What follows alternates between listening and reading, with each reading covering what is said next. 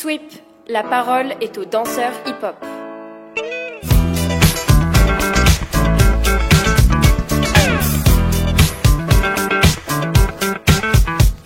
Yo, Anne Nguyen, et qui est la poétesse du mouvement hip-hop. Comment ça va? Ça va, merci.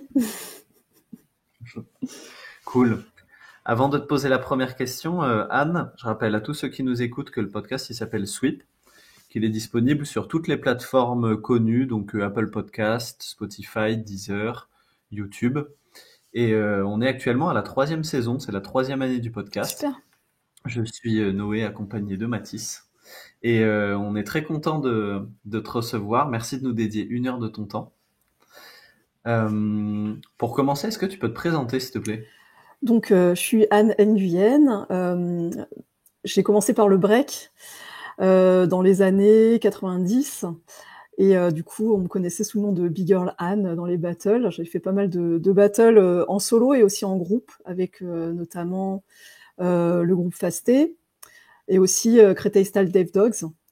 Mais j'ai quand même commencé au Canada, en fait, avec le groupe Red Mask, qui a été mon premier groupe de break.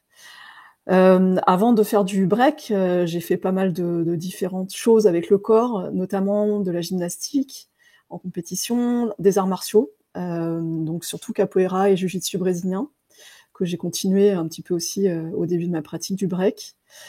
Et puis, j'ai créé ma compagnie de danse, la Compagnie par Terre, en 2005,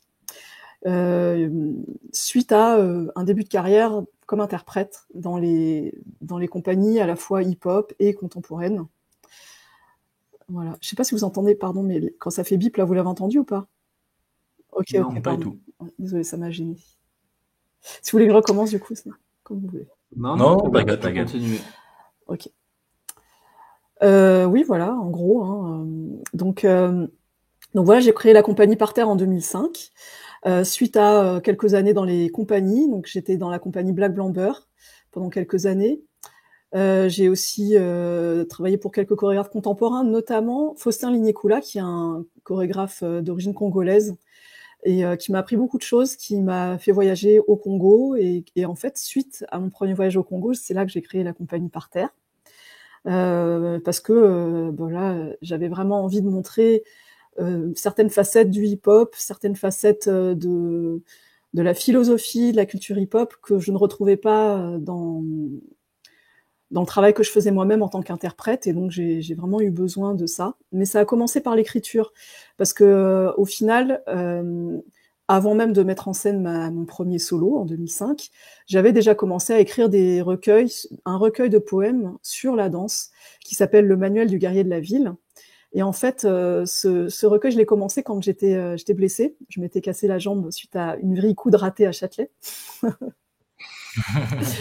et du coup, je pouvais plus danser pendant assez longtemps, et j'ai commencé à écrire des petits poèmes en prose sur qu'est-ce que c'est que le mouvement hip-hop, la danse, en fait, quel est son lien entre l'environnement dans lequel on vit, notamment l'environnement urbain, les choses qu'on vit dans la modernité, et les formes de la danse hip-hop, les formes du break, etc. Donc c'est plein de petits poèmes comme ça qui parlent de ça. Et en fait, je les avais écrits un peu en réponse à la question de ce chorégraphe avec qui j'ai bossé, Faustin Lignécoula, qui nous avait posé la question en premier jour de création: pourquoi tu danses? Et j'avais été incapable de répondre. Et du coup, ces poèmes ont été un peu une réponse. Je lui ai fait lire les poèmes peu après, et il m'a dit qu'il trouvait ça super et qu'il fallait que je fasse un spectacle avec. D'où la création de mon premier solo, où j'utilise 5 de ces poèmes qui sont lus sur la bande-son. Et où je danse pendant... à la base, ça faisait presque 40 minutes le solo, sur une partition de violoncelle qui était spécialement composée. C'est un instrument que moi-même j'ai joué. Et puis les poèmes qui parsèment le solo, qui s'appelait Racine carrée. Donc ça, c'était vraiment ma première création en 2005, qui a pas mal tourné, qui a été pas mal repérée par le monde de la création, et qui m'a ensuite emmenée petit à petit vers d'autres envies de spectacles de groupe, petit à petit, j'ai créé pas mal de spectacles de danse hip-hop, et aujourd'hui, je pense que j'en suis à mon 19e spectacle, quelque chose comme ça. Une introduction méthodique et bien ficelée. Ouais, une belle mise en contexte. Pour revenir sur ce que tu as dit au début de ta présentation, tu as vécu au Canada? Oui, à Montréal. Combien de temps? J'ai fait 1 an d'études en fait pour une licence en échange. Donc j'étais à l'université McGill et c'est là que j'ai commencé le break parce que en fait moi je voulais faire des études de physique aux États-Unis. Donc je faisais un double cursus physique et anglais et là je faisais juste un échange pour la langue. Et à l'université McGill, là j'ai rencontré en fait dans les cours de capoeira des filles qui faisaient du break et qui m'ont ramenée aux entraînements et c'est comme ça que j'ai rencontré le milieu du hip-hop, c'était en 99 à Montréal et j'ai commencé à aller en soirée, à rencontrer un petit peu les groupes et c'est là que je suis entrée dans mon premier groupe Red Mask avec qui j'ai fait mes premiers battles. On a fait notamment l'anniversaire du Rocksteady Crew et pas mal de petits battles locaux qui étaient vraiment à l'époque dans une ambiance très très, on va dire, très underground quoi. Voilà. Donc c'est un peu dans cet univers-là que moi j'ai baigné et c'est ça qui m'a donné envie de continuer le break. Et d'ailleurs à l'époque, donc je faisais à la fois la capoeira et du break. Et mon prof de capoeira qui était génial, hein, moi j'ai adoré, c'était un champion du monde de boxe française. Mais il m'avait dit que je commençais à régresser en capoeira parce que j'avais commencé le break et que je commençais à faire des mouvements inutiles. Je rajoutais des choses qui décoraient, qui me faisaient perdre du temps et qui me rendaient vulnérable. Et il m'a dit, il va falloir que tu choisisses entre les arts martiaux et la danse parce que c'est pas la même chose. Je lui ai dit, après réflexion, que j'allais arrêter la capoeira malheureusement et que j'allais me consacrer uniquement au break, ce que j'ai fait. C'est le genre de choix qui crée des virages un peu dans la vie. Est-ce que toi, c'était une évidence ou est-ce que tu as dû méditer des nuits entières avant de choisir entre les deux? En fait, au final, ça s'est aussi passé à la fin de l'année scolaire où de toute façon, je rentrais en France et j'ai pas retrouvé un autre cours de capoeira en France qui me convenait. J'ai quand même continué les arts martiaux. J'ai continué avec le jiu-jitsu brésilien plus tard. Mais effectivement, ça m'a amorcé une réflexion qui m'a semblé très intéressante, c'est-à-dire à quoi sert le mouvement? Est-ce que nos mouvements sont initiés par forcément une cause utile et donc ont des raisons d'être sans arrêt, ou est-ce qu'il y a des mouvements qui sont purement entre guillemets décoratifs? Bon, je pense que la formulation là est pas forcément idéale, mais je pense qu'on peut se poser la question de l'origine du mouvement et son lien avec à la fois le geste utilitaire, l'émotion, l'expression, la communication avec l'autre. Quand on voit un bébé qui bouge et qui a des expressions faciales, c'est des choses qui sont parfois innées. Donc voilà, la distinction entre mouvement utile et inutile, mouvement appris et mouvement, on va dire, instinctif, n'est pas si clair que ça, mais c'est des choses qui, moi, m'ont beaucoup questionnée, et c'est pour ça que j'aime bien citer ce prof de capoeira, Mike, parce que, je trouve que c'était très pertinent et qu'effectivement, il faut choisir. Et moi, ce qui m'avait attiré vers la capoeira, c'était le côté, le rapport avec le sol, parce que c'était de la capoeira Angola, et en fait, j'avais toujours eu du mal à danser quand j'étais jeune. J'avais un peu un blocage parce que j'estimais que souvent on danse pour se mettre en valeur, et notamment pour les filles, il y avait un côté en rapport avec la séduction et presque la parade nuptiale. Et quand on voit les animaux qui dansent, il y a bien souvent ce rapport de hiérarchie entre les mâles pour séduire une femelle, etc., ou de rapport nuptial entre un couple qui va s'engager pour faire un nid, faire des œufs, des petits bébés, etc. Et c'est vrai que moi, j'étais plutôt un garçon manqué quand j'étais jeune, et je traînais surtout avec des garçons, je faisais du foot, etc. Donc le fait de danser devant des garçons, ça me gênait, j'avais vraiment un peu du mal.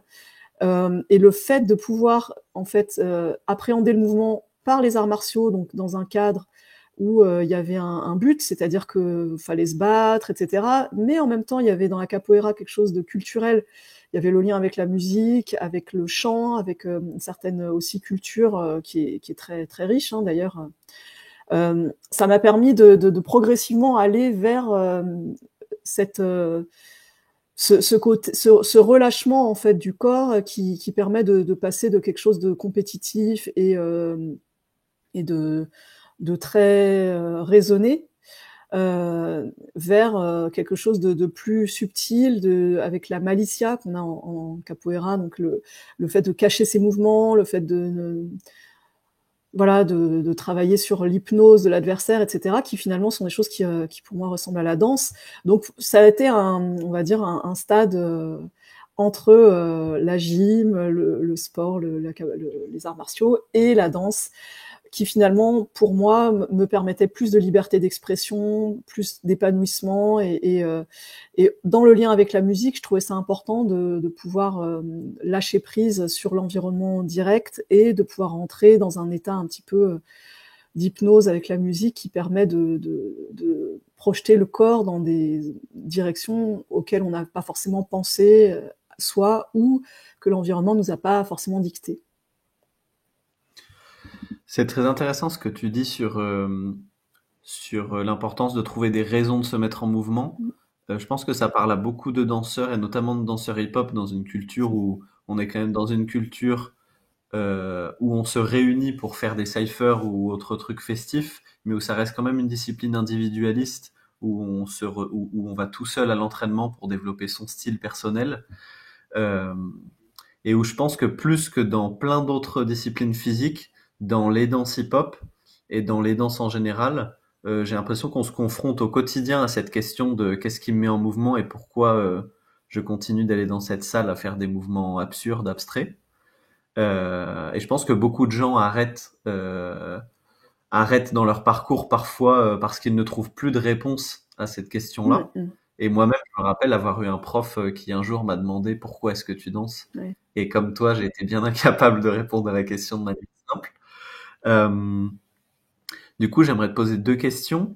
Mais la première, pour tous ceux qui au bout d'un moment peinent à trouver une réponse et du sens à continuer à se mettre en mouvement, est-ce que tu as des conseils ou des pistes de recherche pour trouver des réponses? D'accord.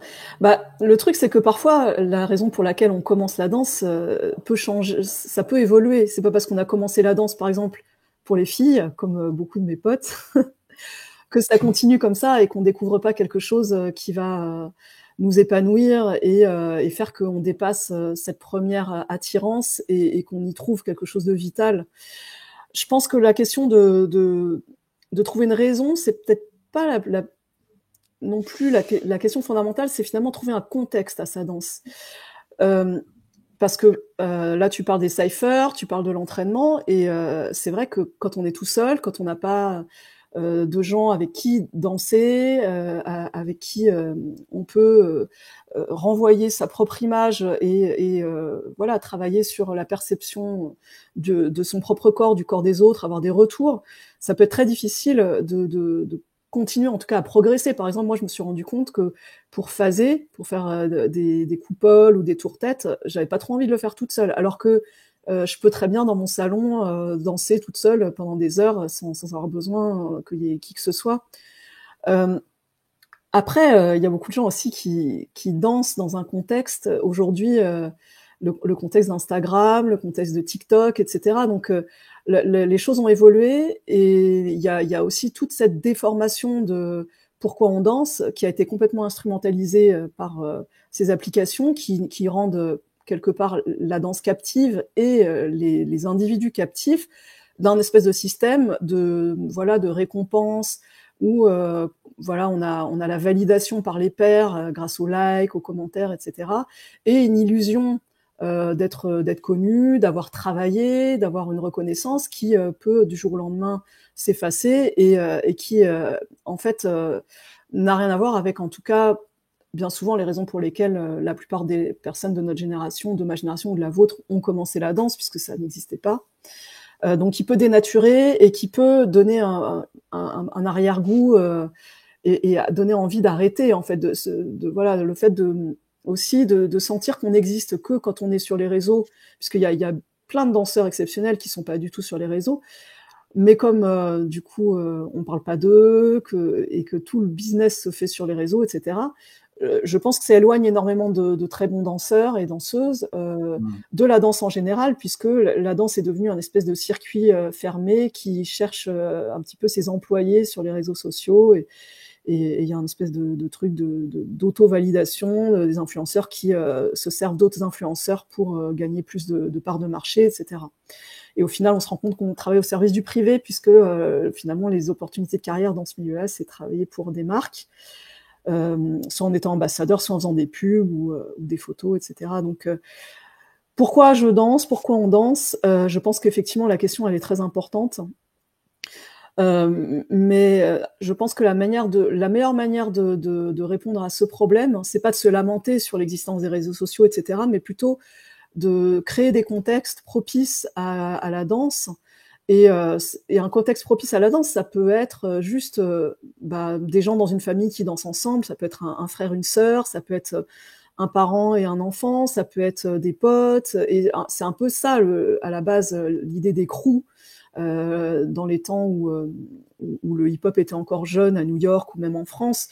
Voilà, il y avait les gens qui dansaient ensemble, c'est des gens qui se voyaient vraiment dans la vraie vie, et il y avait ce côté bande de potes, ce côté presque gang, en fait, qui utilisait la danse comme moyen de se lier entre eux, de trouver aussi la hiérarchie au sein du groupe, d'avoir une compétition entre eux, ou entre un crew et un autre crew, donc dans l'esprit aussi des gangs à la base. Voilà, la danse, c'est quelque chose qui il y a quelques années, il y a peut-être 100 ans ou moins, faisait encore partie de la vie de tout le monde en France. Et aujourd'hui, c'est devenu c'est devenu un métier, c'est devenu quelque chose d'exceptionnel. Mais il y a plein de pays, notamment au Congo où moi j'ai voyagé, et dans la plupart des pays d'Afrique, où la danse fait partie du quotidien. La danse est quelque chose de normal, fait partie des rites de tous les jours, donc que ce soit de la naissance au mariage, à la mort, fait partie de la manière dont on communique en famille après un repas, ou lors de cérémonies religieuses, ou même pour faire la fête, etc. Et d'ailleurs, c'est des pays où la danse n'est pas quelque chose, n'est pas un métier forcément, en tout cas à la base non, parce que comme tout le monde le fait, on peut pas le monétiser. Et en fait, la danse a disparu en France. Je pense que les guerres, la première puis la deuxième guerre mondiale, ont eu un énorme rôle dans la disparition des cultures on va dire des provinces, entre guillemets, des différentes régions de France, où il y avait des danses qu'on appelle folkloriques, hein, ce qui est un terme vraiment particulier, hein, qui ringardise énormément les pratiques ancestrales, mais ça faisait vraiment partie de notre patrimoine. Ouais. Je te coupe juste 2 secondes, pardon, avant que tu continues. Est-ce que l'équivalent des danses folkloriques dont tu parles aujourd'hui ne serait pas les boîtes de nuit où tout le monde se réunit pour danser ? On danse sur quelle musique ? La danse et la musique, pour moi, c'est une seule chose. Donc, parce que la musique est une forme de partition qui donne un cadre au mouvement possible entre un temps donné et un autre temps donné, donc le rythme, la manière dont les choses sont agencées, le type d'instrument, le type de mélodie vont inspirer des émotions, vont inspirer des manières de se mettre en mouvement. Et donc, pour moi, la danse et la musique, c'est la même chose. N'importe la mémoire de l'autre, le souvenir de l'autre, c'est indissociable. Donc, les boîtes de nuit, aujourd'hui, certes, c'est des endroits où on se réunit et c'est chouette, mais la plupart des choses qu'on écoute en boîte de nuit, c'est des musiques américaines. Et donc, c'est ça que je voulais dire tout à l'heure, c'est que suite notamment à la Deuxième Guerre mondiale, on a eu l'hégémonie de la culture américaine avec la musique populaire américaine, et notamment aussi le rap. Et moi-même, la première, je me suis reconnue dans la culture du rap avec toute cette tradition en fait qui avait été perpétuée par les Afro-Américains, les Latino-Américains, qui eux-mêmes perpétuaient des traditions plus ancestrales qui venaient de leur culture particulière, notamment du continent africain ou de Cuba, etc. Mais ce n'est pas venu de nulle part. C'est des personnes qui ont su préserver et moderniser leur culture, chose que nous, en France, on n'a pas su faire, et on a pris notre modèle sur les Américains. Et donc, quand on a vu la culture américaine à la télé, et c'était une volonté de propagande des États-Unis, claire, de toute façon, on est habillé comme des Américains, on mange comme des Américains, on pense comme des Américains aujourd'hui. Donc le hip-hop, quelque part, est une culture colonialiste des Américains, ils ont colonisé la planète entière avec leur culture musicale, et le hip-hop en fait partie. Cependant, ça reste une partie de la culture américaine qui est une sous-culture et qui et voilà, est bien souvent liée aussi à un message populaire, donc de la société vue depuis le bas de l'échelle, donc avec toute la tradition du rap conscient, qui elle-même vient aussi de la tradition des griots et de plein de traditions aussi afro-américaines, comme le gospel et toutes les choses qui ont été transmises au sortir de l'esclavage, etc. Donc il y a des choses très fortes dans la culture hip-hop, mais n'oublions pas que en France, on a oublié notre culture, on n'a pas de patrimoine musical, et on a oublié notre patrimoine de danse traditionnelle qu'on avait il y a peu de temps, et que quelque part le hip-hop a un petit peu repeuplé ce paysage, a redonné un essor à ce besoin de danser et à cette nécessité de danser que nous avons depuis le début de l'humanité, en fait, parce que la danse est quelque chose qui était là avant le langage, et c'est vraiment quelque chose de fondamental pour le bien-être de l'être humain. Donc, quand on pose la question pourquoi il faut trouver une raison pour danser, non. La raison de danser, c'est comprendre son corps, c'est s'approprier son propre corps et reprendre un petit peu une connexion avec la capacité de communiquer qu'on a et qui devrait être normale. C'est-à-dire que quand on communique avec quelqu'un, c'est pas seulement des textos ou même des paroles, mais il y a aussi tout un langage gestuel, il y a tout un langage corporel dont on nie l'importance, et qui à la base dans la danse était extrêmement développé. Et il y avait moins de tabous sur certaines parties du corps, certains mouvements, etc. Donc pourquoi on danse, c'est surtout pourquoi on danse pas, la question. Voilà. Pour revenir sur le fait que la culture française a été un peu oubliée par les Français, est-ce que ce serait pas à cause aussi d'un contexte de cette culture qui arrivait peut-être pas aussi à se remettre à la page et être adaptée aux générations au moment où en fait la culture américaine est arrivée, et du coup la culture américaine serait peut-être plus adaptée pour les générations qui l'ont connue et qui l'ont vu naître. Les Américains, eux, ils ont su faire ce travail parce que là-bas, en fait, par exemple, quand il y a une nouvelle musique qui sort, les gens, il y a souvent un pas qui est lié à la musique, et d'ailleurs c'est un peu ça le hip-hop freestyle, la discipline du hip-hop freestyle, c'est-à-dire que il y a vraiment des musiques qui portent le nom de certains pas, des pas qui portent le nom de certaines musiques, etc., qui sont liés à des moments où il y avait par exemple Bart Simpson qui était populaire à un moment qui s'appelle le Bart Simpson. Ça peut être plein d'autres trucs. En fait, il y a des choses qui sont liées à la culture afro-américaine plus ancestrale, avec des mots même qui viennent du jargon afro-américain, voilà, donc et des traditions de danse et de chant qui sont beaucoup plus anciennes. Mais il y a eu cette transmission, et moi qui ai un petit peu été dans des boîtes de nuit, notamment à New York ou à Miami, enfin d'autres endroits aux États-Unis ou au Canada, on voit bien que les gens là-bas, quand ils sont en boîte de nuit, ils essaient de faire le pas que tout le monde fait, en fait, un peu comme ils font en country, hein. Alors que nous, en France, on fait les fous et on fait semblant, on se moque de la danse souvent quand on danse, parce qu'on montre, je sais pas danser, mais j'ose quand même danser, parce que voilà, je suis quelqu'un de cool, donc je fais semblant de bouger mes fesses, mais je singe la danse. On singe la danse. En fait, on a quelque part pas trop de respect pour la danse. Et quand on parle du folklore français, on se moque de voilà, l'Alsacienne qui a des grandes oreilles, on se moque des Bretons ou des machins, etc. Il y a vraiment ce déni, en fait, des ancêtres, entre guillemets, et de nos traditions. Et voilà, c'est lié aussi, je pense, au multiculturalisme qui a été présent aux États-Unis depuis le début, et puis le fait aussi que c'est un pays qui en fait a été créé par des immigrés, même les premiers immigrés irlandais, italiens, etc. Enfin voilà, blancs. Eux-mêmes ont dû préserver leur culture pour survivre. Donc il y a cette histoire de... Et puis là-bas, c'est beaucoup plus communautaire aussi. Donc il y a vraiment cette ghettoisation aux États-Unis qui a permis aussi cette transmission des cultures. Nous, en France, je pense que c'était pas du tout la même politique sociale, Et on a vraiment plutôt été vers la globalisation culturelle très rapidement. C'est un peu aussi le travail qu'a fait la France dans ses colonies, c'est-à-dire d'essayer d'harmoniser la culture pour tous, la langue pour tous. Donc moi-même qui suis issue d'un père vietnamien, mon père quand il est arrivé en France, il a arrêté de parler vietnamien, et moi-même il a jamais voulu m'apprendre le vietnamien. Et la plupart des immigrés aujourd'hui qui arrivent en France, je pense que c'est un peu aussi la manière dont ils ont besoin de s'intégrer, c'est d'abord d'essayer de ressembler à des Français dans toutes les apparences extérieures et culturelles.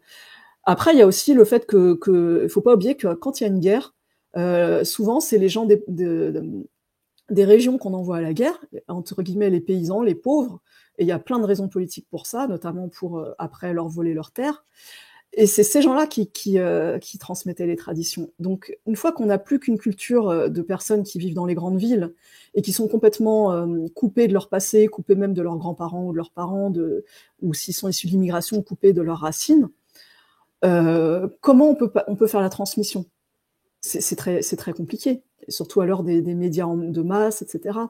Donc, tout ça, c'est, à mon avis, c'est pas forcément quelque chose dont on est forcément coupable à l'échelle individuelle, mais c'est plus une volonté politique. Et donc, si on zoome un petit peu sur le constat que tu fais sur la perte du folklore français, des traditions françaises liées à la danse, le fait qu'on singe la danse, comme tu dis, si on part de ce constat-là, quelles seraient les solutions selon toi et sûrement que tu les mets peut-être en application dans ta manière de faire des créations et dans la manière dont tu fais de la médiation culturelle avec ta compagnie pour peut-être échanger la vision qu'on a de la danse pour peut-être moins la singer. C'est simple, hein. La danse, ça s'apprend en dansant. Plus il y a de gens qui dansent, plus il y a de gens qui dansent. Parce que pour moi, c'est quelque chose qui est vraiment physique, qui est vraiment où on doit entrer en empathie avec l'autre. C'est comme un enfant qui apprend en regardant ses parents, etc. On peut pas apprendre la danse uniquement. En tout cas, on peut sûrement apprendre la danse uniquement avec Instagram, mais je pense pas que ça donne la même chose que quand, par exemple, à la fin de chaque repas tous les dimanches, les parents mettent une musique et dansent avec leurs enfants. Ça, c'est des choses que certaines communautés ont su préserver en France d'ailleurs, notamment les communautés issues de l'immigration africaine. Je pense que le plus important, c'est déjà de penser aux générations futures, donc aux enfants, aux jeunes, de les faire rentrer en mouvement, de danser avec eux. Et moi qui ai des enfants, les enfants, ils n'ont pas peur de danser, ils n'ont pas honte de leur corps. Mais il y a un moment où ils commencent à prendre du recul par rapport à leur corps, notamment à l'adolescence, etc., à avoir conscience du regard de l'autre, à complexer, etc. Et ces moments-là, ils sont cruciaux. Et si on a eu la danse qui était déjà présente dans notre vie avant, et qui peut nous soutenir à ce moment-là de notre vie, et qu'on n'a pas un dégoût de la danse, un dégoût de notre corps à ce moment-là, je pense que ça peut énormément aider à l'épanouissement individuel, et que ça peut évidemment amener plus de personnes à poursuivre la danse, à y trouver une importance, etc. Donc moi, j'ai plusieurs manières dont je milite pour, entre guillemets, la place de la danse dans la société française, et la société de manière générale. Déjà, c'est que les gens n'aient pas honte de leur culture, quand ils sont issus de l'immigration, qu'ils aient pas honte que leurs parents, par exemple, fassent une danse traditionnelle Hmong, ou une danse africaine, qu'elle soit traditionnelle ou urbaine, etc., qu'ils aient pas honte parce qu'il y a que leurs parents qui pratiquent cette danse-là, et que dans leur classe, il y a que des petits Français, entre guillemets, ou peu importe, mais qui disent que danser c'est ridicule, et qui se moquent de la danse, etc. Donc c'est mettre en avant l'héritage de chacun, que les gens puissent en parler sans avoir honte, puissent montrer, peut-être faire des exposés en classe sur leur culture familiale, etc. Alors moi, ça passe également énormément par les actions, on appelle ça les actions culturelles, donc des actions pour les jeunes. Donc on travaille énormément dans des collèges. Alors c'est plus facile de travailler dans les collèges et lycées que dans les écoles primaires, parce qu'il y a plus de dispositifs du gouvernement envers notamment les lycées et les collèges.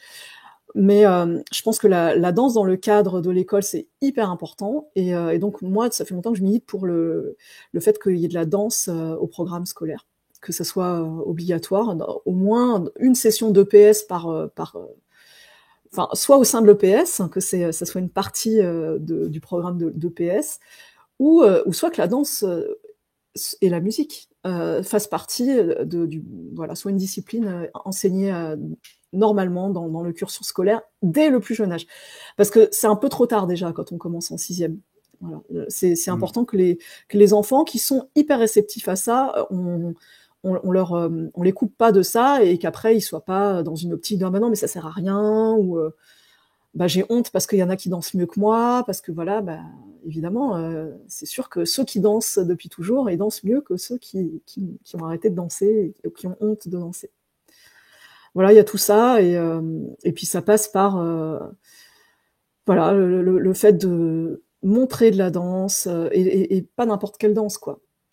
Donc se reposer la question de qu'est-ce que c'est fondamentalement que la danse et non pas forcément à quoi peut servir la danse comme outil pour défendre une marque ou défendre une idéologie ou quelque chose d'autre. Mais la danse en soi, la danse pure, sans vouloir s'en servir comme un outil pour défendre, pour écrire une dramaturgie particulière sur quelque chose qu'on a envie de mettre en avant, etc. Mais la danse elle-même, en fait, simple, qu'est-ce que c'est ? Et évidemment, ça passe par la musique, par la culture musicale. Je pense que nos DJ ont une énorme responsabilité dans la culture hip-hop. Et que malheureusement, comme la plupart des gens en France ne parlent pas très bien anglais, et que y a eu une énorme manipulation médiatique du rap, notamment du rap conscient par les producteurs, par la censure, par notamment l'association de l'industrie du disque aux États-Unis, ceux qui ont créé le label Parental Advisory Explicit Lyrics, qui ont censuré pour à la fois contenu sexuel mais aussi contenu violent. Et dans le contenu violent, il y a le rap conscient, notamment voilà des rappeurs comme Ice Cube ou KRS-One, etc., qui en fait ne font que raconter ce qui se passe dans les ghettos et raconter ce qui se passe en bas de l'échelle. Tout ça, ça a été censuré déjà aux États-Unis, etc., par les radios aussi, et en France. On se rend pas compte trop parce qu'on comprend pas trop les paroles, mais tout ce qui s'est passé, les Américains ont inondé le marché du rap du bling bling, c'est-à-dire le motto c'était money, power, respect, c'est-à-dire d'abord je suis riche, ensuite j'aurai du pouvoir et ensuite j'aurai du respect, ce qui est à l'inverse des valeurs du hip-hop à la base, ce dont on n'a pas encore parlé, mais bon. Toute cette voilà cette nouvelle génération, cette génération qui a été propulsée par des producteurs en haut des charts, qui ont inondé le marché et englouti les personnes qui avaient vraiment des choses à dire, les rappeurs conscients, etc. Bah c'est ça qu'on écoute aujourd'hui et c'est cet héritage-là qu'on porte aujourd'hui avec la plupart du rap français, sans se poser la question de, en fait, est-ce qu'on a été victime de propagande et est-ce que c'est vraiment utile, est-ce que ça nous est vraiment utile de chanter comme ça, d'écouter ça, etc. Et voilà, moi ce que j'aimerais c'est qu'il y ait des DJ qui connaissent bien la culture hip-hop et qui parlent bien anglais, qui comprennent les paroles des chansons et qui soient invités dans des événements soi-disant qui défendent la culture hip-hop, qu'il y ait des émissions, qu'on parle de ça et tout ça. Donc voilà, le travail sur la musique est super important.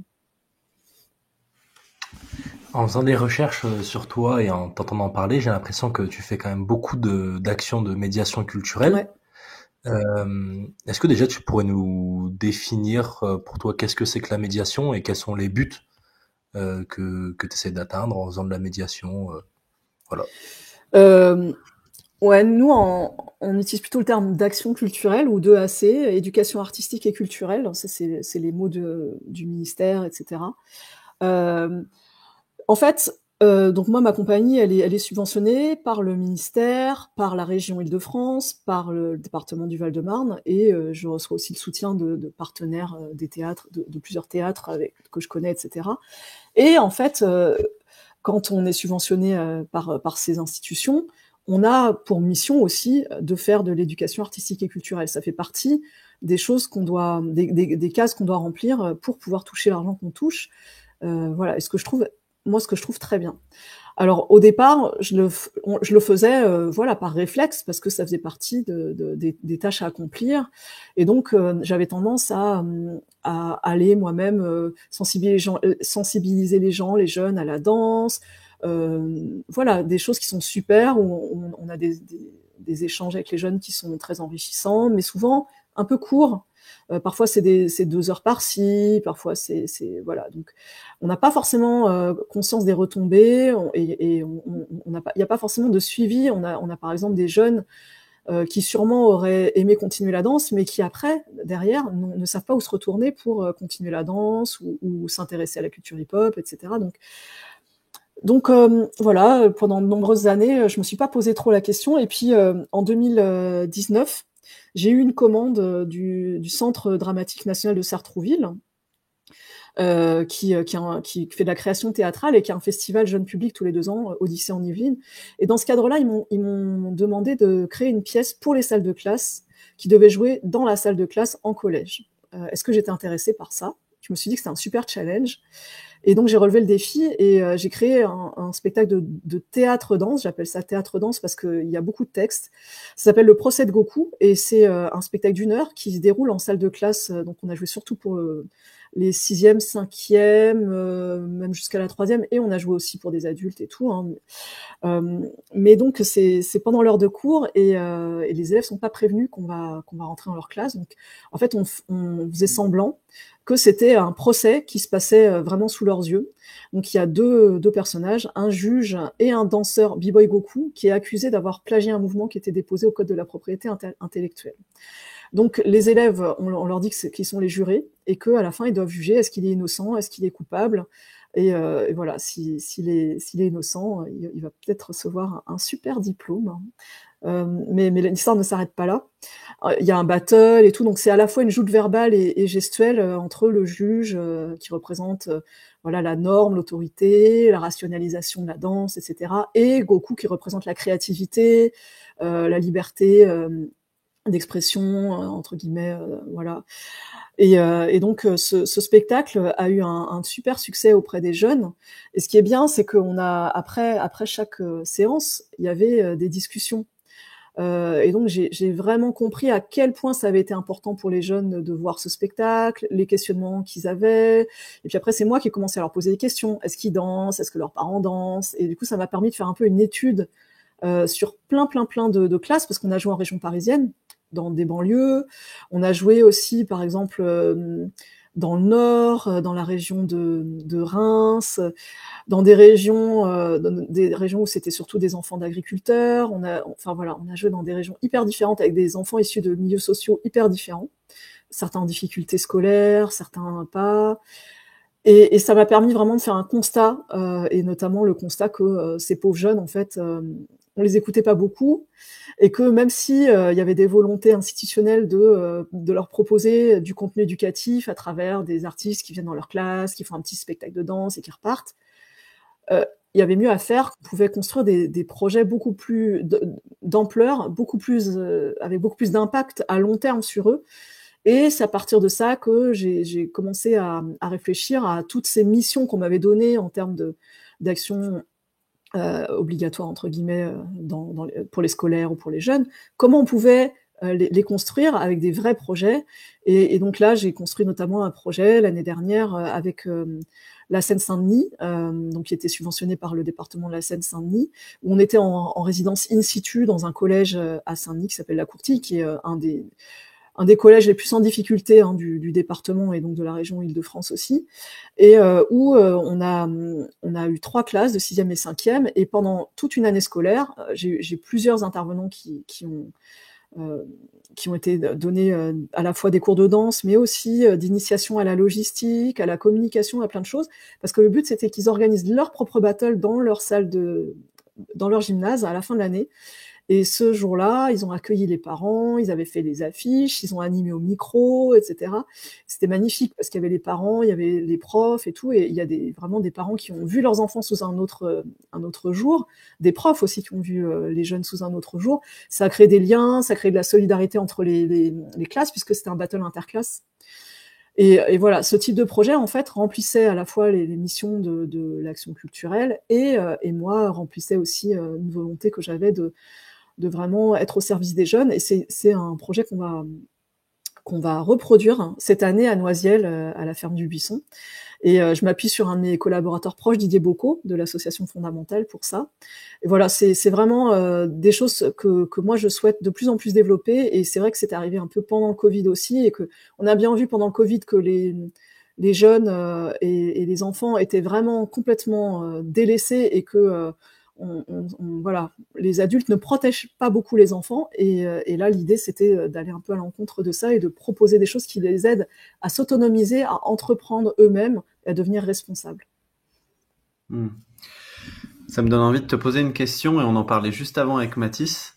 Je donne le titre de la question en gros, puis ensuite je m'explique. Mais est-ce que un artiste est obligé d'être politique et engagé dans la vie d'une société? Je m'explique. J'ai une réponse très rapide si tu veux. Mais je veux bien développer un petit peu. C'est-à-dire que il y a de plus en plus de politiques de médiation culturelle autour de l'art, et donc aujourd'hui, quand un chorégraphe se met à être artiste associé ou à toucher des subventions publiques, il y a des chartes qui sont de plus en plus précises, on va dire, sur les missions qu'il serait censé remplir par le biais de son art auprès de différents publics pour avoir un impact, entre autres, social. Et à l'intérieur de ça, il y a pas mal d'artistes dont la réaction à cette charte à respecter est un petit peu l'étonnement de dire, moi, à la base, je voulais juste créer de la poésie, faire mon petit spectacle, faire ma danse, et qu'on me laisse tranquille. Et normalement, le rôle de l'artiste, est-ce que ça serait pas de simplement avoir à s'exprimer, et ensuite la société fera de mon art ce que je veux, mais à l'image de certains écrivains ou peintres, tu vois, qui ont créé de l'art. C'est une question super intéressante. Sans se soucier de comment ça allait être reçu. Et moi, c'est une question que je peux vachement entendre, dans le sens où il y a beaucoup d'artistes qui n'ont pas cette fibre-là, mais qui sont par contre très très bons dans la créativité, et que ça peut couper aussi d'emmener sur ces terrains-là. Alors, je pense que dans ta formulation, tu donnes beaucoup d'importance à l'institution. C'est-à-dire que tu sous-entends que la politique est inculquée par le fait que quelque chose est un lien avec l'institution politique, donc que ce soit ministère ou différents subventionneurs publics. Tu oublies le privé, tu oublies le marché, qui lui-même est une source énorme comment dire, d'instrumentalisation de l'art pour des objectifs idéologiques en particulier. Je parlerai même pas d'objectifs commerciaux, de vendre un produit, etc. Donc, voilà, moi la réponse rapide que je voulais donner à ta question au départ, c'est que, je voudrais citer Carl Jung, tout ce qui ne vient pas à la conscience revient sous forme de destin. C'est-à-dire que si tu penses que t'es pas politique, si tu penses que ton mouvement c'est juste de la poésie, c'est juste beau, etc., etc., le spectateur, lui, il a une grille de lecture, quoi qu'il arrive.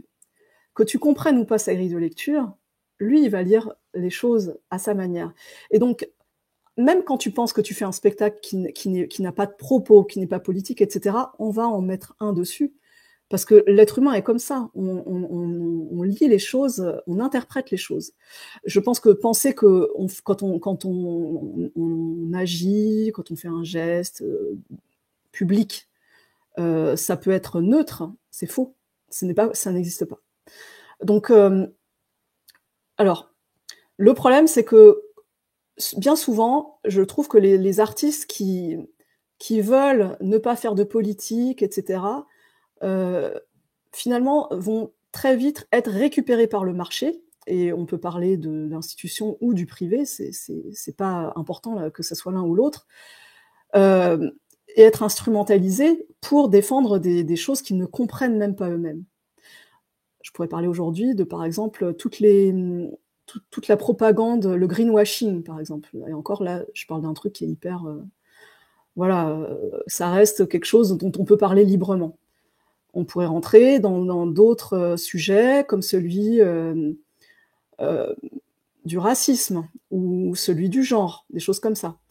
Donc, il y a des choses qui sont conscientes, il y a des choses qui sont inconscientes, il y a des choses qu'on fait semblant de pas qu'on fait semblant de pas comprendre et du coup on va accepter des choses qui nous viennent par l'influence extérieure de la mode, des personnes qui nous parlent, du retour des spectateurs, ce spectacle il est bien, mais ou si tu mettais plus de ci ou plus de ça dans ton spectacle, etc., etc. Et ça, ces paroles-là, elles viennent pas forcément de l'institution. Hein. Voilà. Oui, j'ai vu que tu levais le doigt, Mathis. Non, mais c'est juste un petit code entre Noé et moi pour dire que c'est moi qui prends la prochaine question. Donc, t'inquiète pas, tu peux continuer à développer. Si tu nous vois lever le doigt, c'est pas Excuse-moi. couper, Ouais. Non, je pensais que tu voulais rebondir sur ce que je disais. Donc, en fait, moi, je voudrais élargir un petit peu la question à quel est le rôle de l'artiste dans la société. Et puis, déjà, qu'est-ce qu'un artiste ?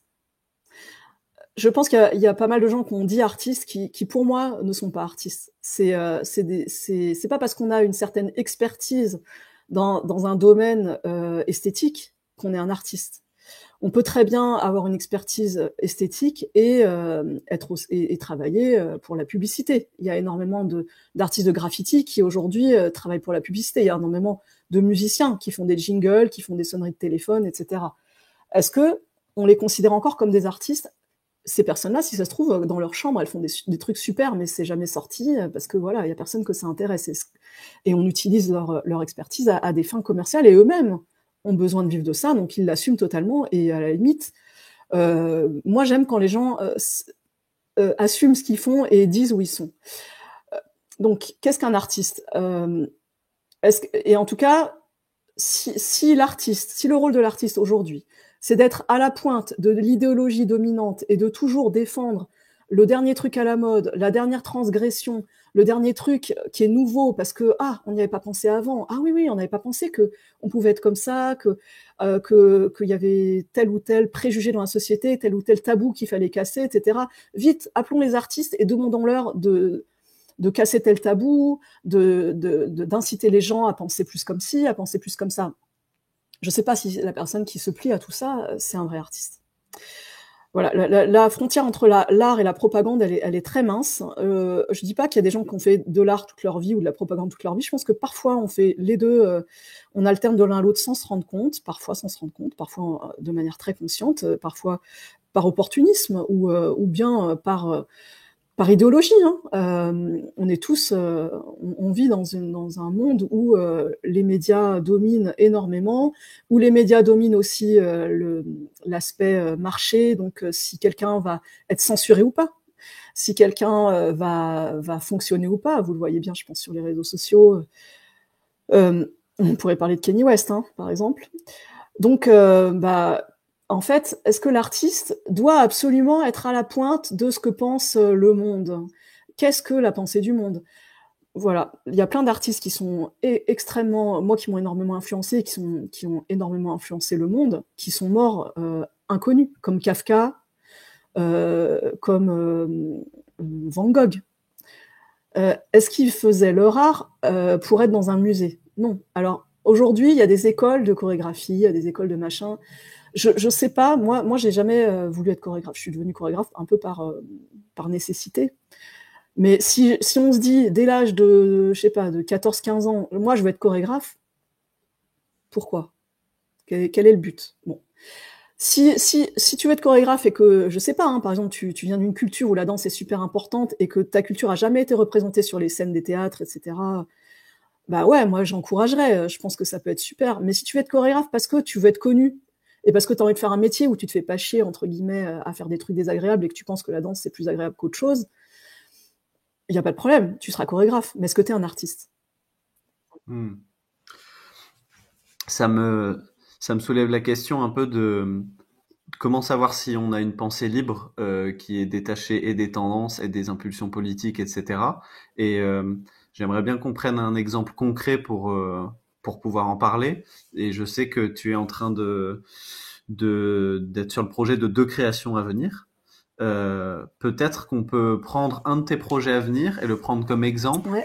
euh, en se demandant comment est-ce que quand tu as fait naître l'idée de ces projets, tu as réussi à détecter si tu avais une pensée libre, non utilisée, Ouais, non instrumentalisée. très intéressant. Euh, Ouais. Alors, on va prendre l'exemple d'Héraclès sur la tête, qui sort le 10 novembre à Sénaux, et qui passera à la Villette un peu plus tard. C'est un spectacle qui veut vraiment mettre en avant la culture hip-hop.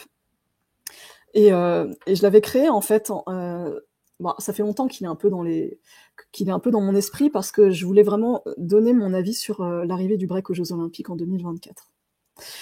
Alors, Héraclès, donc dans la mythologie grecque, serait, dans une des interprétations, le fondateur des Jeux Olympiques. À l'issue des 12 travaux, il aurait créé ça. Voilà. Donc je voulais un peu faire un jeu de mots sur voilà, Héraclès aux Jeux Olympiques, il va être sur la tête, il y aura du break aux Jeux Olympiques, mais en même temps, c'est un peu le monde à l'envers. Le héros est sur la tête. Ça veut dire qu'il a les fesses en l'air aussi. Hein. Je plaisante. Mais bon, à la base, Héraclès sur la tête, je voulais faire un spectacle un peu parodique. Je voulais faire une sorte de faux Jeux Olympiques avec des symboles olympiques, avec un comédien qui devait jouer le rôle du présentateur, et il devait avoir un rôle vraiment, voilà, on devait le détester, quoi. Ça devait être le commentateur qui comprend rien au hip-hop, et en fait, je voulais aller dans l'excès. Je voulais vraiment que ce spectacle, ça montre les excès dans lesquels on pouvait aller si le hip-hop devenait complètement, comment dire, quantifiable par des règles, devenait complètement sujet aux lois du marché, de par la nécessité d'être rentable en donnant prise aux publicitaires, aux marques, aux vêtements, etc. Ce qui est totalement le cas, enfin ce qui est le cas dans le monde des battles depuis longtemps. C'est pas l'apanage des Jeux Olympiques de ramener ça, hein. Ça va être juste une espèce de voilà d'étape.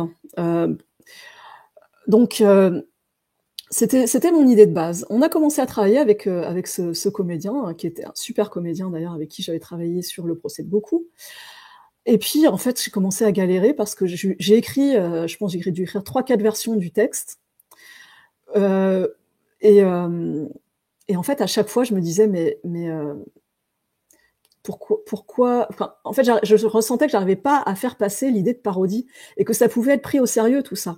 On a même fait une restitution où les gens m'ont dit, on n'a pas compris qu'il fallait rire, en fait. On s'est dit, ah là là, je déteste ce spectacle.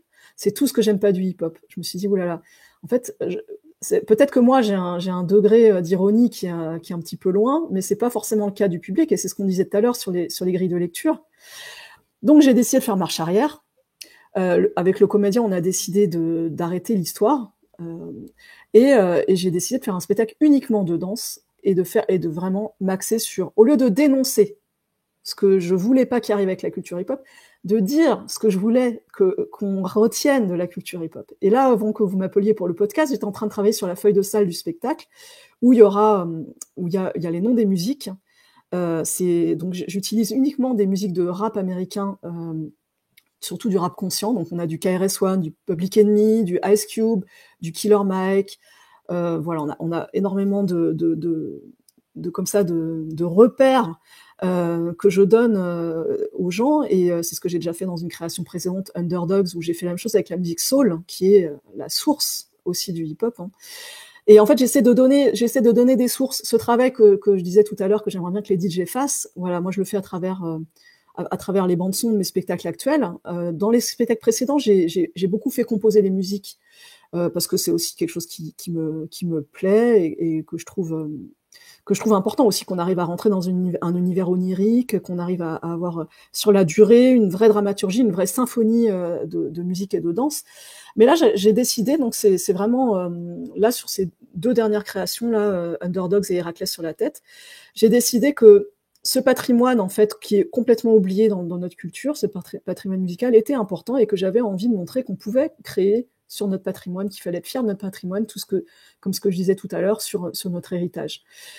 Et donc, j'estime que le fait de montrer qu'on peut, il faut pas avoir peur d'utiliser ce patrimoine, qu'il faut pas avoir peur de ce que ça dit, il faut pas avoir peur de rentrer entre guillemets dans le cliché, puisque c'est du hip-hop sur du hip-hop. On n'a pas besoin de faire du hip-hop sur du silence ou une musique d'ambiance pour se faire accepter par le grand public. Donc il y avait cette espèce de volonté là, et donc il y a toute une dramaturgie à travers les paroles des musiques. Alors c'est en anglais, hein. Comme je disais tout à l'heure, pour moi le fait de parler anglais aide énormément à comprendre la culture hip-hop, et c'est aussi par la culture hip-hop que moi j'ai appris à parler anglais couramment, etc. Donc toute cette dramaturgie sur les paroles, elle va nous faire rentrer non seulement dans des chanteurs importants qui ont marqué l'histoire, mais aussi dans qu'est-ce que c'est que la culture hip-hop. Donc ça va parler des gangs, ça va parler de la violence, ça va parler des ghettos, ça va parler de la répression policière, ça va parler de la manipulation politique dont sont victimes les minorités et le peuple de manière générale. Donc ça dénonce des politiques de certains présidents américains, notamment par rapport à la guerre, sujet important actuellement. Ça dénonce l'instrumentalisation du peuple par les élites, en gros. Et c'est ça le hip-hop. Le hip-hop, c'est pas un rythme, c'est pas se mettre sur la tête, c'est pas un geste. Le hip-hop, quand on en tout cas la danse hip-hop, si on l'enlève de son contexte déjà musical, déjà on perd un degré de richesse. Et si la musique, on l'enlève du contexte socio-culturel, c'est-à-dire qu'est-ce que c'était que la vie dans les ghettos, qu'est-ce que les gens qui ont créé le hip-hop vivaient, quelles étaient leurs manières de s'en sortir, etc. Et toute l'histoire de cette jeunesse afro-américaine, latino-américaine, qu'est-ce que c'est? Au-delà de dire c'est des minorités, mais on s'en fiche de savoir que c'est des minorités. Qu'est-ce qu'elles vivent? Qu'est-ce qu'elles sont obligées de faire? Qu'est-ce qu'elles offrent à leurs enfants? Quelles sont les opportunités qu'elles n'ont pas? Qu'est-ce qu'elles sont obligées de faire, comme envoyer leurs enfants à la guerre, justement, que les élites ne sont pas obligées de faire, et qui font que, ils portent une parole qui est précurseur d'une parole politique. Parce que si quelque chose arrive aux classes les plus défavorisées, ça peut arriver à tout le monde. On s'en rend bien compte aujourd'hui. Donc là, dans Héraclès sur la tête, on va voir qu'il y a des musiques, il y a aussi du Gil Scott-Heron, évidemment, un des grands pères du rap. Tout ce que ces personnages ont pu dire dans les années 70, 80, 90, c'est encore vrai aujourd'hui. Ça veut dire qu'il n'y a rien qui a changé. Mais ce qu'on sait aujourd'hui, c'est qu'ils ont été pas mal censurés, par contre, et qu'aujourd'hui, le hip-hop n'est pas identifié à eux, que c'est des noms que la plupart des gens ne connaissent pas beaucoup, mais que le hip-hop, aujourd'hui, on parle de gestes, on parle d'écoles de formation, on va parler de certains rappeurs qui parlent de drogue, de filles, de machin, de bling bling entre guillemets. Pour le moment, c'est ça qui est associé à l'imaginaire collectif en France par rapport au hip-hop.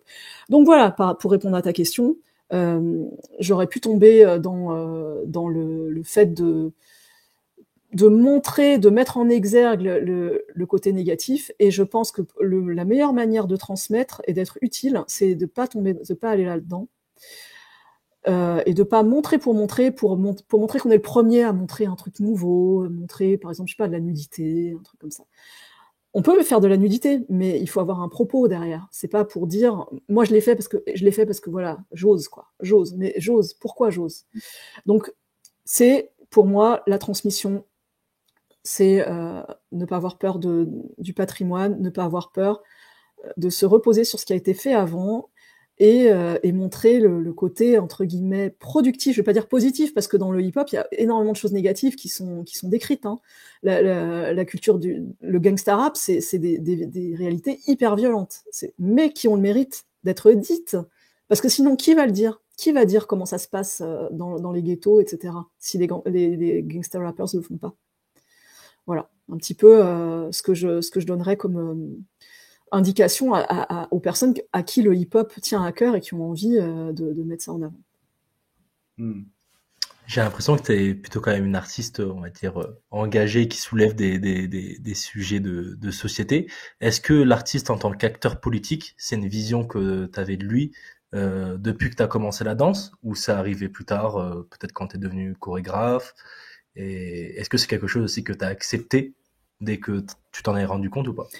Euh, Moi, alors, par exemple, là, tu vois, j'avais éventuellement l'opportunité de postuler, ça fait longtemps, à une institution culturelle. Donc, il y a des CCN, par exemple, qui sont libérés récemment, où j'avais pensé postuler. Et j'ai décidé de pas le faire, parce que pour moi, la politique, elle se joue pas qu'à cet endroit-là, et je pense même qu'elle se joue plutôt ailleurs. Et c'est pour ça que j'ai décidé de rester indépendante en compagnie, etc. Je pense que effectivement, les acteurs culturels de terrain et qui ont la capacité de pouvoir voyager un peu partout, de pouvoir parler à énormément de monde, etc., peuvent avoir énormément d'impact. Et donc, c'est à cet endroit-là que moi, j'ai décidé de me placer, de rester, en fait, au final, pour avoir le plus d'impact. Et il y a des institutions qui font très bien leur travail et avec qui il est très facile de collaborer parce qu'il y a des personnes dedans qui comprennent très bien ce que je fais ou voilà, qui eux-mêmes ont des objectifs qui sont concordants, c'est-à-dire l'émancipation de la jeunesse, la mise en valeur de la diversité culturelle, la mise en valeur de la diaspora, etc. Parce qu'on utilise souvent des grands mots, hein, comme minorité, racisme, etc. Mais finalement, à part se plaindre, voilà, qu'est-ce qu'on fait pour, au lieu de dire qu'est-ce qui arrive de mal à ces gens-là, comment on peut les aider à développer des projets, à se servir de ce qu'ils ont pour vivre, pour développer des entreprises, de l'auto-entrepreneuriat, etc. Donc quand on a une richesse culturelle, musicale, de danse, etc., c'est des choses voilà, qui peuvent permettre à certains de s'émanciper et d'être fiers et de faire aussi des émulations derrière. Donc voilà, c'est pour ça que moi finalement, je m'étais pas trop intéressée à la politique, c'est-à-dire que je suivais pas quand j'étais jeune forcément les infos, les choses sur les hommes politiques, les événements, etc. Mais ma politique, je l'ai apprise par le rap. Et d'ailleurs, je l'ai pas retrouvé à une certaine période dans le rap, dans les années 2000, quand il y a eu tout ce rap bling bling qui est arrivé aux États-Unis, et aussi il y a eu les 40% de musique française, qui est la loi des 40% de musique française, qui est arrivée en France, je crois que c'était en 95, et donc qui a propulsé plein d'artistes venus de nulle part sur les radios françaises, etc., au détriment des vrais artistes de rap qui aujourd'hui subsistent, pour certains ont disparu pour la plupart, alors que c'était eux qui étaient intéressants, mais comme on a voulu mettre 40% de musique française, il y a les producteurs qui ont mis leur petit poulain, qui en gros faisaient de la publicité en avant, et donc qui ont irrigué le marché de la même manière que ça a été fait aux États-Unis avec le bling bling. Donc, moi, voilà, à chaque fois que j'écoutais du rap de KRS-One, de Public Enemy ou de Nas, j'essayais de comprendre de quoi il parlait, de regarder un peu, c'est qui Eisenhower, c'est qui Oliver North, voilà, qu'est-ce que c'était que cette guerre, etc. Donc c'est comme ça que en fait j'ai compris l'importance du média parlé, l'importance du rap. Et entre guillemets, mon éducation politique, elle a été faite à travers les rappeurs, et puis elle a continué après. Voilà, il y a des sujets qui m'ont plus ou moins intéressé que d'autres. Et donc, je suis pas généraliste en politique, mais je fais ma politique d'une autre manière. Maintenant, Anne, je te propose de faire une petite pause dans la conversation, et je vais inviter tous nos auditeurs à poser une oreille attentive sur un de tes textes qui a été écrit, qui fait partie du manuel du guerrier de la ville. Le texte s'appelle Break. Bonne écoute à tous, à tout de suite. Ma danse est une transgression du mouvement. Le béton m'aspire par les pieds. Les blocs de ciment qui m'entourent voudraient me modeler à leur image. La foule me submerge pour m'engloutir et me guider le long des rues.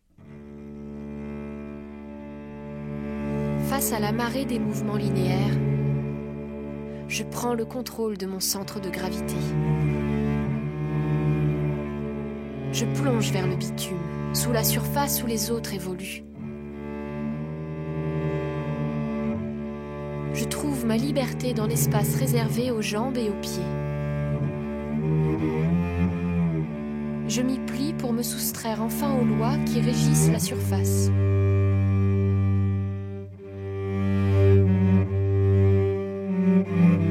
Près du bitume, là où je vis, mon corps n'appartient plus qu'à moi. Mon énergie est concentrée dans un espace plus petit et la puissance de mes mouvements est décuplée. Mon corps devient une boule compacte que je fais rebondir sur le béton. Je n'ai plus de haut ni de bas, plus de mains ni de pieds. Je ne peux plus tomber.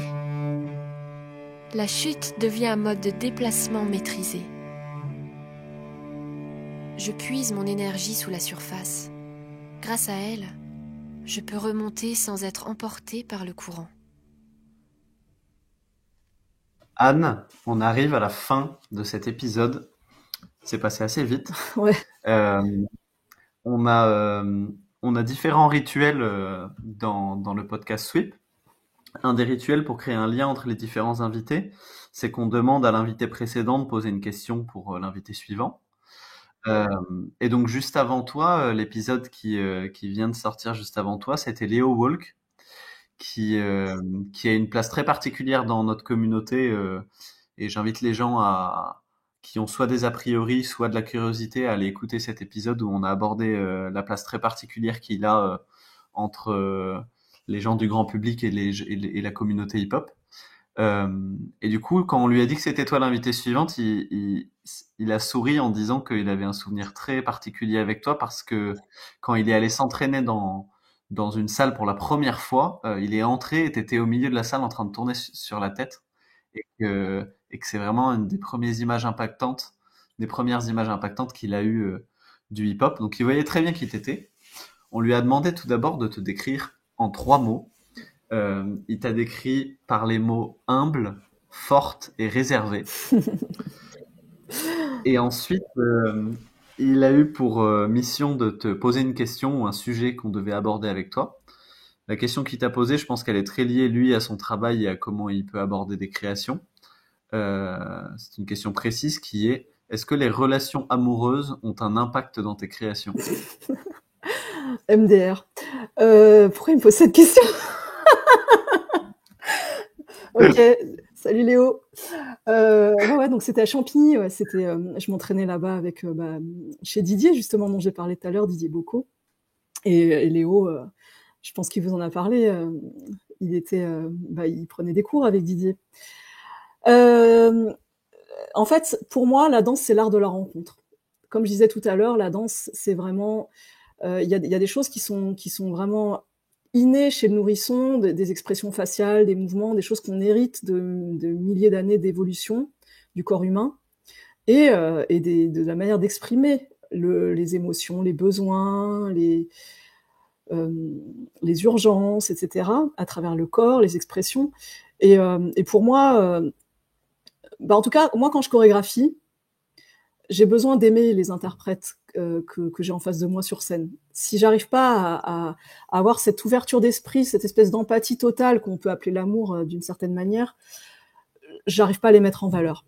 Parce que voilà, j'ai besoin qu'eux aussi ils me donnent ça sur scène.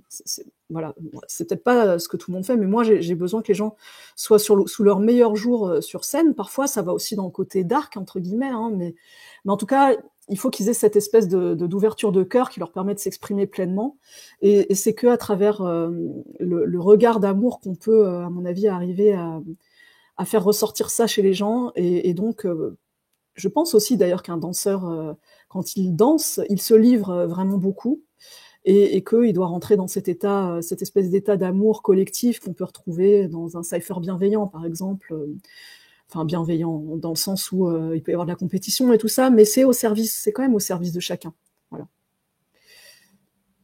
Et juste un dernier truc, pour moi, l'amour, c'est pas dire bravo, t'es parfait, reste comme t'es, change pas. L'amour, c'est dire dire à quelqu'un comment on le voit et comment peut-être lui ne se voit pas encore, mais comment on le verrait pour qu'il soit encore meilleur. Merci pour ta réponse. Avec La plaisir. personne qu'on reçoit juste après toi, je pense que tu le connais aussi. Je me demande même s'il a pas dansé dans ta compagnie à un moment donné. C'est Jimmy du crew Youdat. Ouais, je le connais. On avait fait une création qui s'appelait I. Ça fait bien longtemps. Ouais. D'accord. Alors, première étape, est-ce que tu peux nous le définir de manière assez instinctive en 3 mots, s'il te plaît? Instinctive. Ouh là là. Alors attends, parce que ça fait longtemps que j'ai pas vu Jimmy. J'avoue que je me suis un peu écartée du milieu des battles et tout, mais j'ai vu qu'il avait énormément de projets, notamment sur la médiatisation de la danse et tout. Je trouve ça hyper intéressant. Jimmy, c'est quelqu'un de solaire. C'est quelqu'un de généreux. Et je pense qu'il a beaucoup de choses à partager. Ouais, voilà. Solaire, généreux, partage. Voilà. Les mots sont validés. Ça sera répété. Alors, la question, c'est ça? Question ou sujet à aborder avec lui, est-ce que tu as envie de nous donner à transmettre? Alors, j'ai envie de piéger un peu Jimmy parce que je pense qu'il est beaucoup interviewé et qu'on lui pose souvent les mêmes questions. Donc, je voudrais lui poser la question des racines. Voilà. Quelles sont ses racines et est-ce que ça a influencé sa vision de la danse et est-ce que ça influence aussi ce qu'il a envie de faire avec la danse? Super, merci. Avec grand plaisir. Et bonjour à lui. Si ça marche, on lui donnera ton bonjour. Avant de se dire au revoir, où est-ce qu'on peut retrouver tous tes travaux et tes travaux à venir? Alors, il y a mon site, compagnieparterre.fr, où il y a notamment des teasers des spectacles, les dates des spectacles à venir, et aussi mes poèmes, et certains articles que j'avais écrits dans Graphite, puisque j'ai été pas mal de temps journaliste pour Graphite, de la section danse. J'ai interviewé pas mal d'acteurs du hip-hop, notamment Karim Barouche, entre autres. Donc, vous pouvez retrouver toutes ces ressources-là. J'ai une chaîne YouTube où j'ai encore plus de contenu, à la fois des extraits de répètes, des backstage, des interviews. Et j'ai mis aussi des playlists de musique de mes spectacles, justement, où il y a des musiques de répertoire. Donc, ça peut être intéressant d'aller farfouiller par là. Et puis, bien sûr, il y a les réseaux sociaux traditionnels, Facebook, Instagram. Donc, c'est Anne Nguyen Compagnie par Terre, si je me trompe pas. Et voilà, bonne navigation. Mais moi, j'inciterais plutôt les gens à aller sur YouTube que sur les autres réseaux sociaux parce que je trouve que c'est un média où il y a plus de contenu long format et il y a aussi la possibilité de renvoyer à des choses plus éducatives. J'ai fait une playlist aussi sur le hip-hop avec des films anthologiques, avec par exemple The Freshest Kids ou bien enfin voilà, plein de films et d'extraits vidéo qui ont influencé la culture hip-hop. Donc pour ceux que ça intéresse, ça peut être une bonne ressource. Dernier truc aussi, sur mon site, il y a un petit jeu. Donc, si vous cliquez vous verrez, il y a un onglet qui s'appelle Skills. Et Skills, c'est un petit jeu vidéo, entre guillemets, que j'ai créé là cette année, avec une quarantaine de danseurs de plusieurs disciplines de danse urbaine, donc hip-hop, crump, whack, voilà, jazz rock, house, popping, locking, etc. Et donc c'est pas mal de danseurs de mes spectacles, mais pas seulement, c'est des danseurs de la scène française que je voulais mettre en valeur. Et donc c'est un jeu où on joue à reconnaître différents styles de danse. Il y a 11 styles et on doit cliquer sur les boutons le plus vite possible. On a ensuite un score et un danseur qui va nous dire qu'on a gagné ou qu'on est nul. Et il y a tout un petit aussi un petit endroit où on peut trouver des ressources, des playlists de beatmakers. Et puis un poème, des ressources éducatives sur la danse hip-hop. Donc c'est un outil qu'on propose notamment aux profs dans l'éducation nationale, aux gens à qui on donne des petits ateliers justement, et que là j'invite tout le monde à utiliser. C'est gratuit, il n'y a pas du tout de publicité. La seule chose que ça met en avant, c'est les danseurs et les beatmakers qui sont dedans. Voilà. Super. Eh bien, on invite tout le monde à aller jeter un coup d'œil à toutes ces choses. Ouais, merci. Et merci beaucoup pour le temps que tu viens de nous accorder. C'était un plaisir de t'écouter.